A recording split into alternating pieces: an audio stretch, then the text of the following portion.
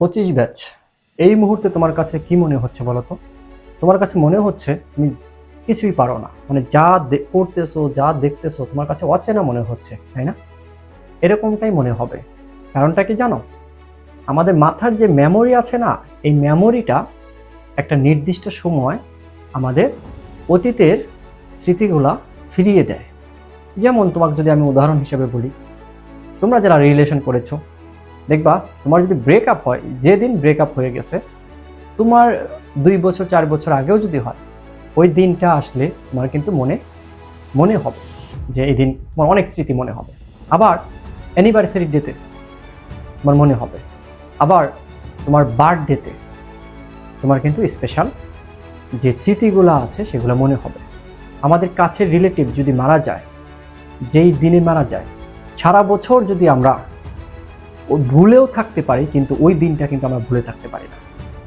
এরকমভাবে তুমি যে পড়াশোনাটা করেছো না ভাইয়া, তুমি যখন পরীক্ষার হলে যাবা, ওই পরীক্ষার হলে তোমার অতীতের যে পড়াশোনা সেটা শিওর মনে হবে।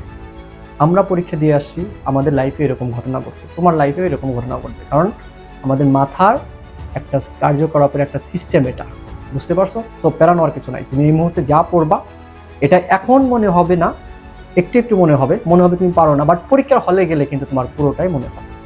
তবে তুমি ঝাপসা ঝাপসা যদি পড়ো তাহলে মনে হবে না, ঝাপসা ঝাপসাই মনে হবে। যেটা তুমি খুব হৃদয় দিয়ে ভিতর থেকে অন্তর থেকে পড়তেছো সেটা তোমার মনে হবে। আর এই মুহূর্তে এসে তোমাদের হাতে সময় খুবই কম। তোমরা 21-22 তারিখ থেকে হয়তো বা বাংলা পড়া শুরু করবা। তো এর আগে যে কয়দিন সময় আছে, 3-4 দিন, গ্রুপ বিষয়গুলো তোমার যেখানে ল্যাকিংস আছে সেগুলো পড়ো।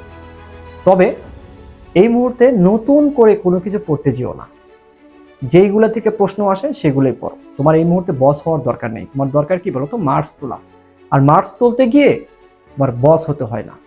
স্পেসিফিক কিছু কিছু টপিক্স থেকে প্রশ্ন আসে, সেই টপিকসগুলো জাস্ট পারলেই হলো। মেন বিষয়টা আমাদের পরীক্ষার একটা ভালো রেজাল্ট করা।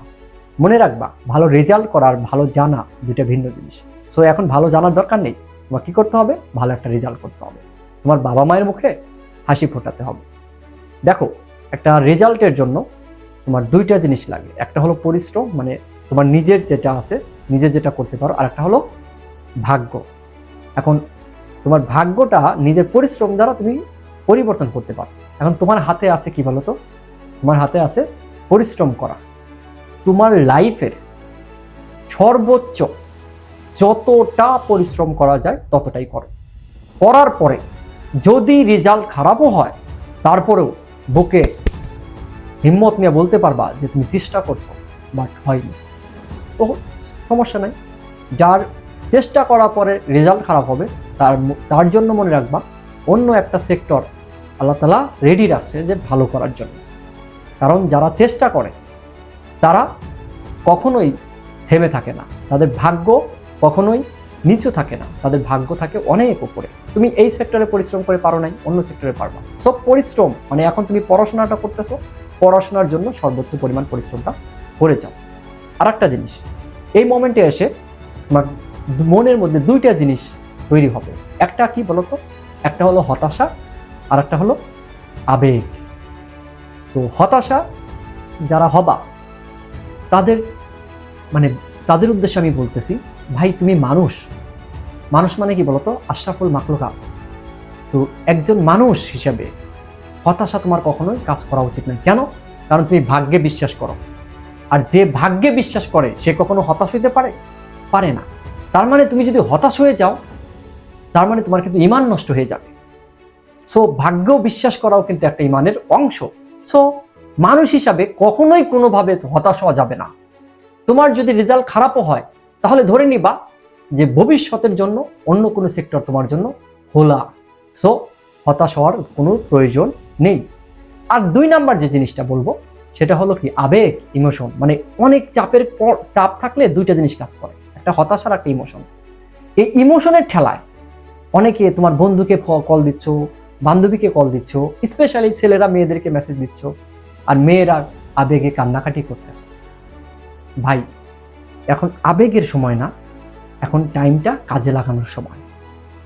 আমরা 25 ব্যাচের জন্য যা করেছি বাংলাদেশের ইতিহাসে কোনো এডটেক করেনি।